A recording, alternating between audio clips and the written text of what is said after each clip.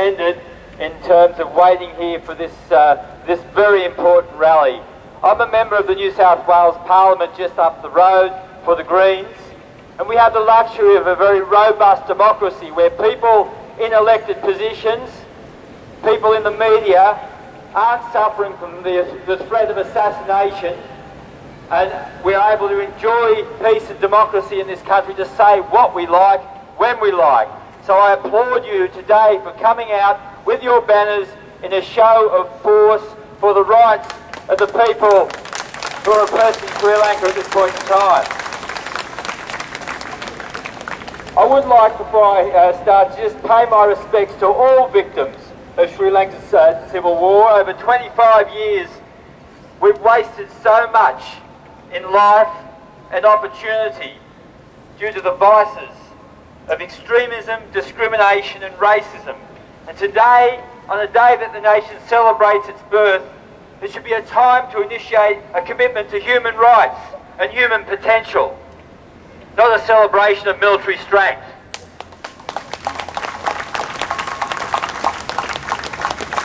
What appears to be a simple tenet of peace is often forgotten in the brutality of war.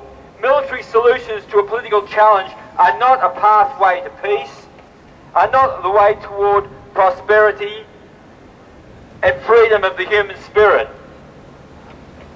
I'm saddened to see that on the 8th of January this year, I may pronounce him incorrectly, forgive me for that, Lasantha Wickramatunge, the editor of Sri Lanka's Sunday Leader, was murdered in Colombo, and there's too much of that happening in your country, too much of that silent assassination. In his self-penned obituary title, "And Then They Came for Me," which incidentally reflects on Niimola and the Nazis coming for him, he said, "A military occupation of the country's north and east will require the Tamil people of this region to live eternally as second-class citizens, deprived of all self-respect. Do not imagine you can placate them by showering development and reconstruction on them in the post-war era. The wounds of war will scar them forever, and you will also have an even more bitter and hateful diaspora to contend with. A problem amenable to a political solution will thus become a festering wound that will yield strife for all eternity." How much do we have to go through to learn from our history of many countries, whether it be Gaza, the Middle East, Sri Lanka, Burma, domination by China? We have a terrible problem, and the Greens and I say we've got a basic bottom line: human rights, the opportunity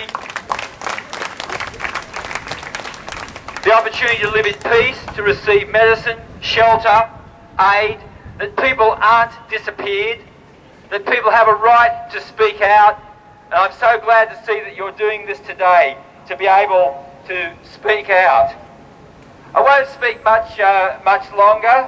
I believe that what the government is doing through its military might at this point of time, when we're talking about cluster bombs and the lack of protection of medical institutions and emergency services and hospitals, which are being bombed by the military, and people, and the civilian casualty level is an abomination and should not be allowed to occur by the United Nations and those major powers that seem to be turning a blind eye on this conflict. And it's obvious that it's been going on for years.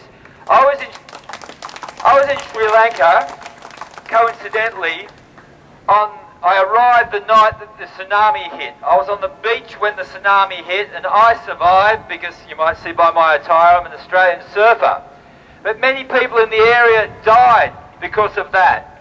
And I stayed on for a month, and I helped with the reconstruction effort, and I was proud to work with Greens Sri Lanka, who work with both Tamil and Sinhalese communities equally and generously, and I helped reconstruct a disability centre in Galle. And I'd hoped that that terrible tsunami that I saw firsthand, and I saw the death, and I saw the destruction, I had hoped that that would somehow lead to an end to the civil war, because it was such a catastrophe.